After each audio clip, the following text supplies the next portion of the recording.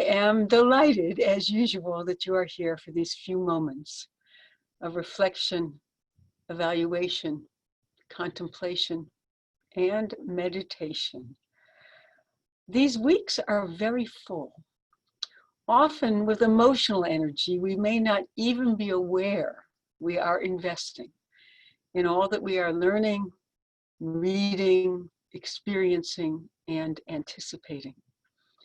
I know that I come to the end of many days, bone weary, and I am not even sure what that weariness is about, except that our state of almost constant concern, worry, anxiety, and uncertainty, even when it operates beneath the surface of our conscious minds, takes its toll on our spirits and our souls. Thus, my hope that this short time each week might provide a brief haven, an escape, a safe place to exhale, to let go, to release some of our internal tension, and to, yes, breathe. This week, in the Jewish calendar, it was also quite full, as we celebrated Sukkot and concluded the entire marathon of the fall holidays with Shmini Atzeret and Simchat Torah, the day on which we conclude the reading of the Torah and begin all over again. I would share with you an unexpectedly moving experience. Just 2 days ago, it was both Shabbat and Simchat Torah. And for a variety of reasons, this was the very first time that our congregation had a bar mitzvah scheduled for that morning. I participated in the service as I had worked with the students since last winter. Due to the distancing restrictions we have in place during this pandemic, I had the privilege of unwrapping both Torahs, the one that was scrolled to the end of Deuteronomy, and the one that was scrolled to the very beginning of the Torah, to the first verses of Genesis or Bereshit. As I was engaged in this logistical process, so that a rather nervous bar mitzvah student could read the ending of one scroll and the beginning of the next, I felt a wave of emotion come over me. My throat started to constrict, and I consciously stopped myself from feeling the full impact of what I realized was a sense of gratitude and even awe at the continuity of starting the Torah over again, even in a sanctuary occupied by only 20-some people, all masked and distanced from each other. I often say that we are here as a Jewish people because of the Torah, and there we were, making sure that one more generation of our children would continue its study, its reading, and most importantly, its living reality, even in the midst of pandemic. There is something profoundly hopeful and even optimistic about our practice of annually starting over Bereshit with the beginning, with the poetic story of our origins, the mythos of our people. We hear again the truths about what we believe, understanding that these are not the facts of our scientific reality. But there is a subtlety here, I believe, that is worth noticing. Part of the genius of our tradition is that we both maintained our acknowledgement of and gratitude for the natural cycles of the earth, while we simultaneously transformed those cycles into historical events that would ultimately make it possible for us to transcend them. In other words, the goal is to transcend the repetitive nature of the physical world and move into history, where time progresses. History is where we can imagine and work toward a constant ascent, an upward spiral even of human progress and improvement, rather than the constant repetition of our behavior that always brings us back to the same place. That is what these holidays, and I would submit all of the Jewish holidays and observances, are about. We have been on a particularly intense ascent since early August and the observance of Tisha B'Av, arguably the lowest point in our calendar of Jewish observance, as we mourned the destruction of the Second Temple and multiple destructions throughout the centuries that fell on that date, until Simchat Torah, where we reach the highest joy of renewal and spiritual uplift, having experienced the welcoming of a new year, the crucible of Yom Kippur, and emerged into life again. We conclude with joy in the harvest of Sukkot and with joy in the Torah, Simchat Torah. But this is not just to begin reading again, but to renew once again our commitment to the ascent. We go back to the beginning, to our divine creation and the implications of that. We did not magically emerge from the head of Zeus. We are not the offspring of warring gods and goddesses, or the shared progeny of light and dark forces that conflict in the universe. We are created in the image of the divine. We are filled with Ruach Elohim, the Spirit of God, for our immediate purposes, the breath of God. That is what Ruach means, the spirit or breath or wind or even essence. We are still trying to figure out what it means to be created in the image of God. I imagine it confers upon us limitless potential as creators, thinkers, doers, and yes, even destroyers. We could feel quite powerful, even omnipotent ourselves, until something like a global pandemic arrives to humble us. In the midst of it, however, our tradition instructs and even chastises us. Start again. Don't give up. Who do you think you are? You are created in the image of God. You are not yourself divine. You are part of something far vaster than yourself. Bereshit bara Elohim, et hashamayim ve'et haaretz. In the beginning, God created the heavens and the earth. V'haaretz hayta tohu va'vohu, v'choshech al pnei tehom. The earth was unformed and void, and darkness was over the face of the deep. And a wind from God sweeping over the water, or the breath of God sweeping over the water. Creation begins with a ruach, a spirit wind, if you will, the breath of God hovering over the water. That is quite an image with which to begin our own breathing. To frame it further, I share these few words from the poet Mary Oliver's poem, Oxygen. She is describing fire, actually when it begins to die down. Then it settles to quietude, or maybe gratitude, as it feeds, as we all do, as we must, upon the invisible gift, our purest, sweet necessity, the air. So, let us take our meditative places and poses.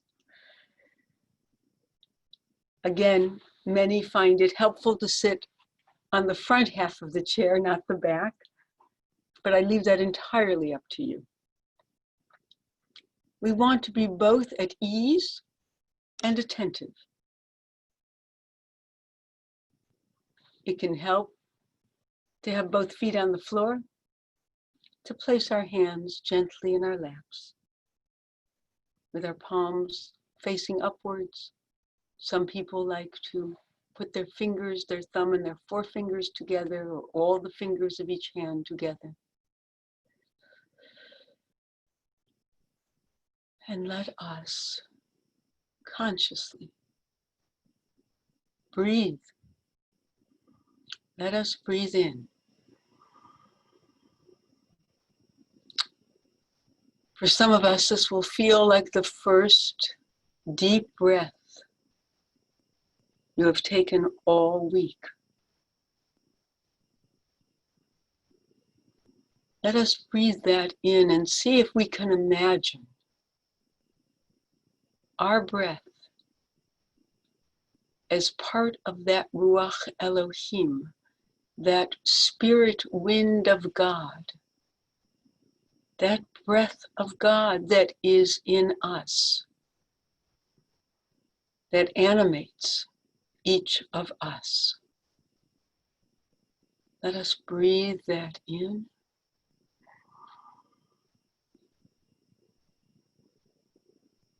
And breathe out the chaos of our souls. As God created order out of chaos.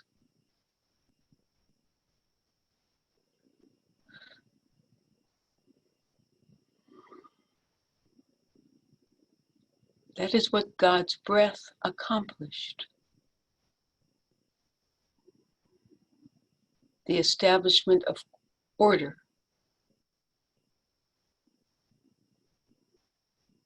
In the midst of tohu vavohu, what we translate is unformed and void. They are mysterious terms almost, but they indicate a state of both confusion, but in which nothing can happen, nothing can grow, nothing can be.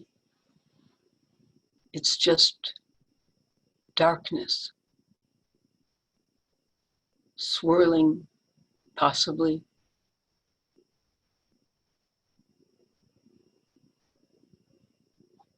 Confused, random darkness. God's breath goes over that state and order emerges.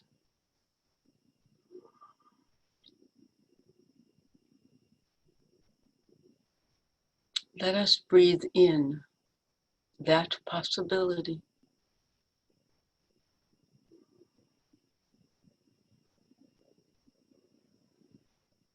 We are divinely fashioned.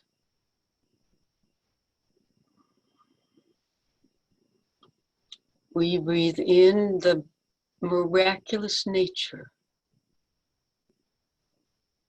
of that understanding.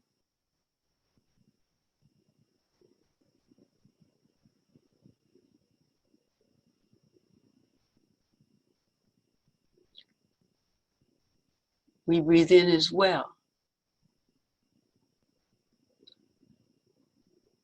that after establishing a basic structure, God said, "Let there be light." From that light comes life. And as it has come to me metaphorically, thought, inspiration, reason, intellect, creativity, those are the lights of humanity, of possibility.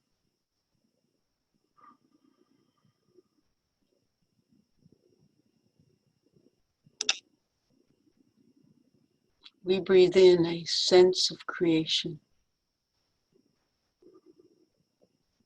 of our place within that firmament. And we breathe out the darkness of our souls.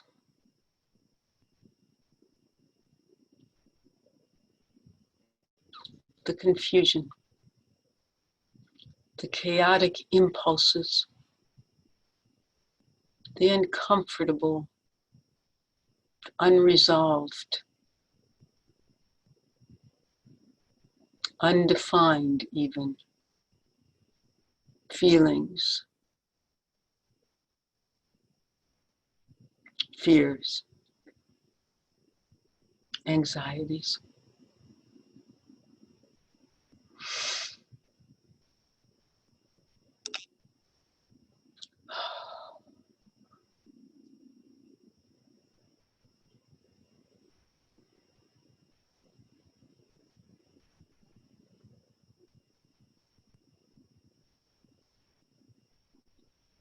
We breathe in.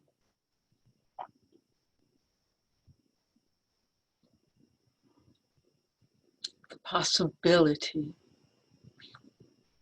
that creation stands for. And we breathe out.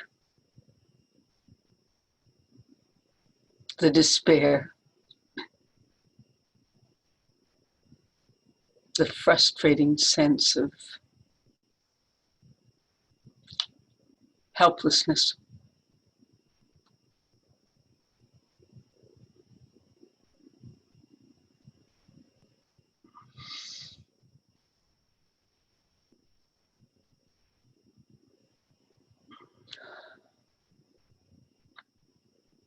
The scholar Carol Oakes has written about Genesis.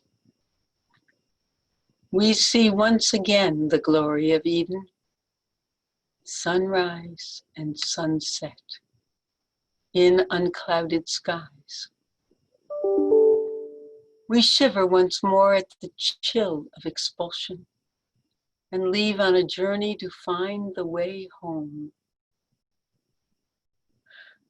Our innocence fades as the story unfolds. Brother slays brother, and God, God's self, weeps.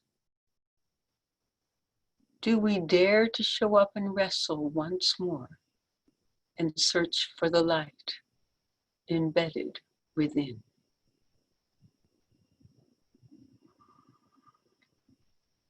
Let us breathe in our presence. We are showing up. We are starting over. We are here.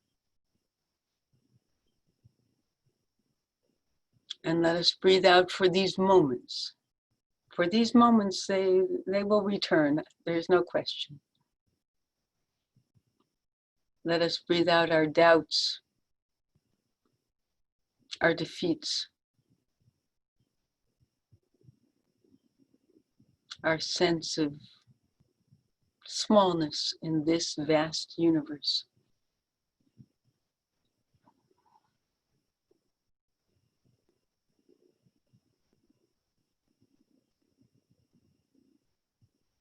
Because in fact, the story of creation starts with that expanse.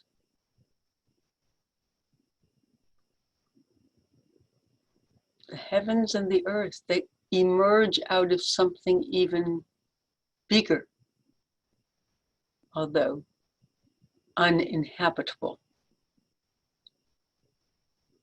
And then frame by frame, the story brings us all the way to a single human being. We go from the entire heavens and earth, the entire cosmos, to the seas, to the sun, the moon, the stars, the heavenly bodies, to the seas and the land, to the vegetation, the living things in the oceans, the waters, the living things on earth. And finally, just a single human being.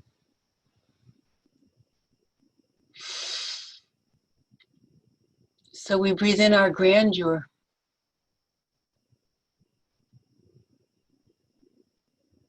And breathe out our sense of insignificance. But then we breathe in with humility,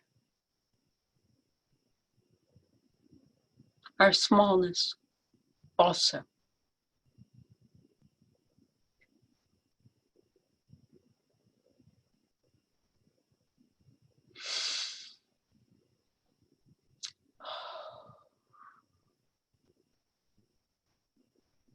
Let us just feel that breath. That breath that sustains our humanity. That breath created by God. That breath that connects us with Ruach Elohim, with the very breath of God.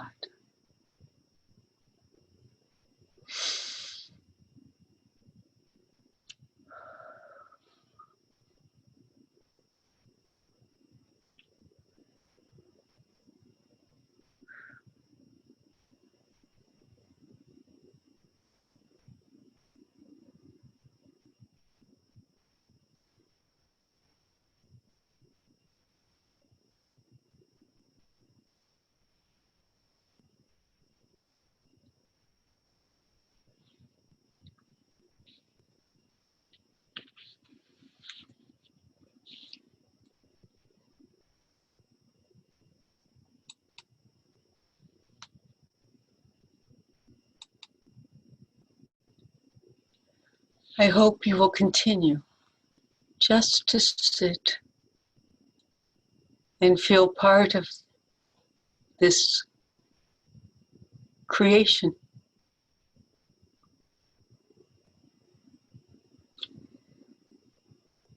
But I would share with you by way of conclusion, hopefully inspiration and benediction for the week ahead.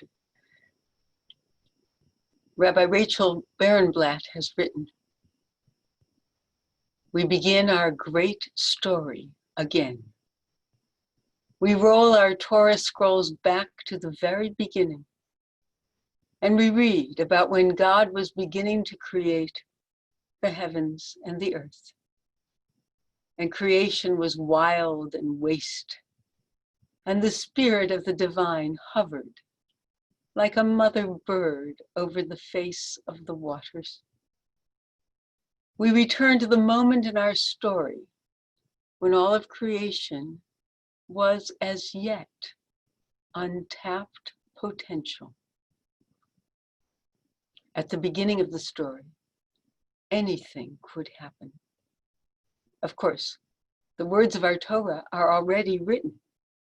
We know how that story will go from here. But there is still power in returning to the narrative moment when everything began.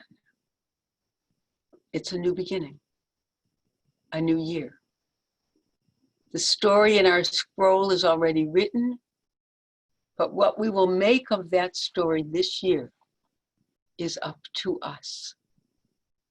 What we will make of our lives this year is up to us. What we will revise ourselves into is up to us.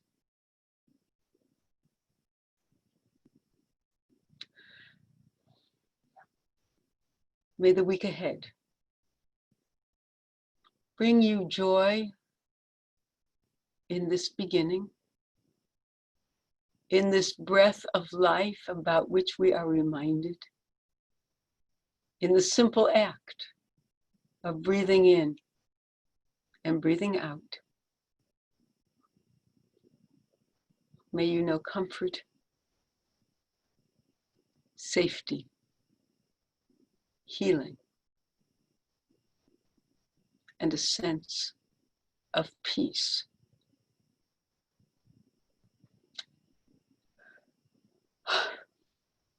God bless. See you next time.